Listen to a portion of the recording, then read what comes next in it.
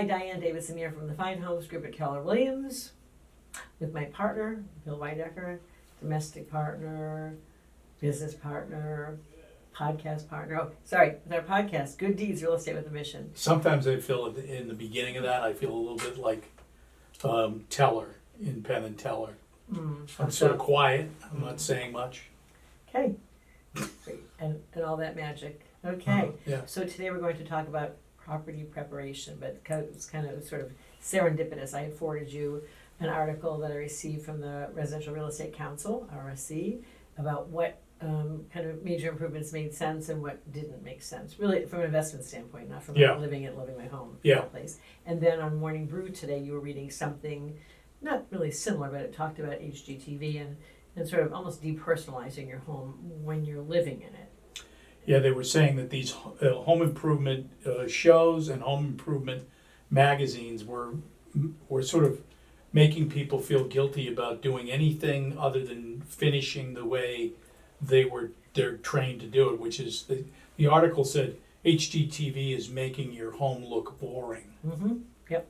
So people often are making improvements that they think, I don't know, there's not a lot of personality in them. They say they're doing what everybody else does. I think there was reference to feeling like they live in a hotel, or that the bathrooms look like hotel bathrooms. Yeah, if you were to do the bathrooms the way everybody else tells you to do them on HGTV or in these different magazines, that your bathroom would look like that in a Marriott. Mm-hmm. And that may not be what you want. Mm-hmm. So the question, I think, comes down to this, is when people call us, mainly you, to ask about renovations, it really comes down to what's the purpose of the renovation.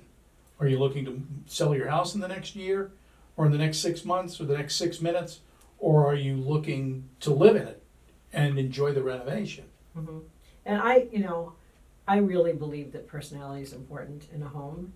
So to dumb it down, if you will, doesn't necessarily make it more saleable. I think that, and I'm obviously not a designer, but you can do things with decor. This is really, it's an emotional process, as we've discussed before. So for people to walk in and kind of not really feel like there's much of a vibe, it's clean and fresh, but not much of a vibe, I don't think necessarily bodes well for a seller. And I think it's absolutely fine for homeowners who may be sellers at some point to have things in there that make people smile, because that's what it's about. They want to relate to something. As long as it's not a permanent improvement, but having fun, having great artwork, having fun objects that don't necessarily look like they came from, I won't name names, stores where begins with home. It isn't necessarily what's going to sell a home. So why not have personal things that, if they're attractive, that somebody can relate to. They're not included in the space, but they give the space a feeling. But there were things that, major improvements they talked about, 4 no-nos, if I remember. And this isn't about, this is really about whether it's a good investment. If it's a good investment for resale is one thing. If it's a good investment for your soul is another, because after all, it's your home. So swimming pools are an example, right? Swimming pools, hot tubs. All water related.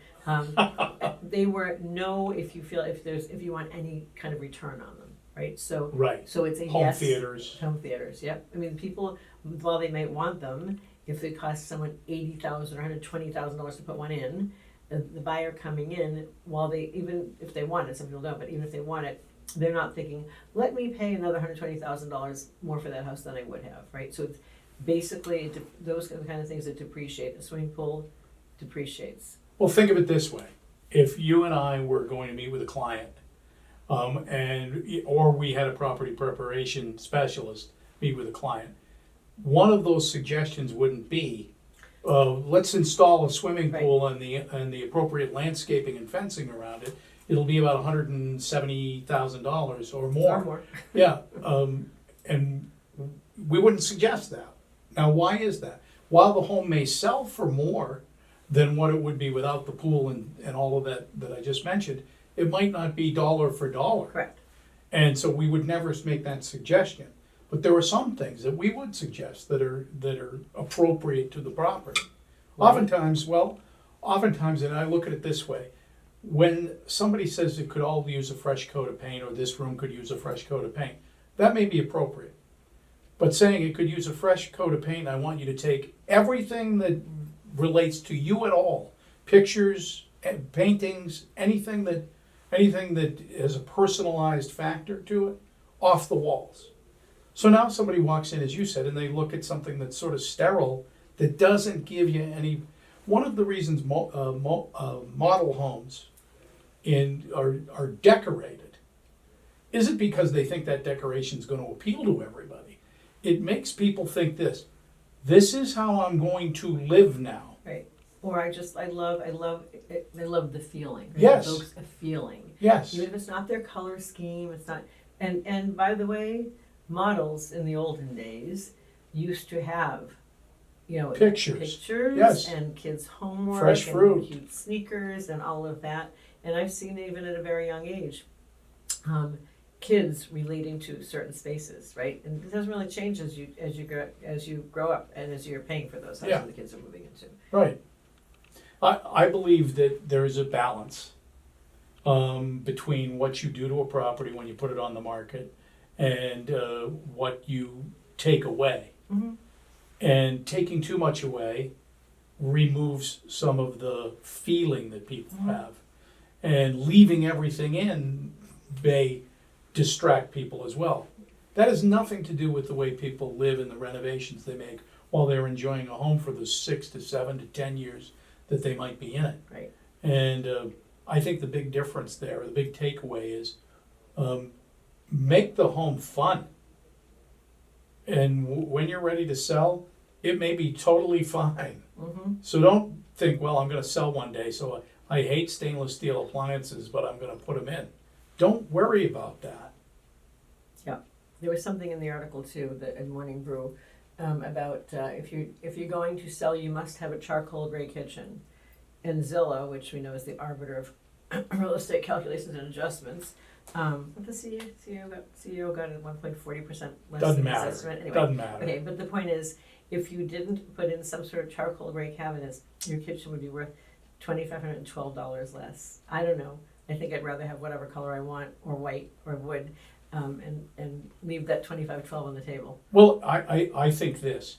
It comes down to what are you doing it for? Yep. Right? Enjoy it. Because we can figure out and help you figure out what are the best moves if you're looking at a home sale soon versus I want to love my house. Yep.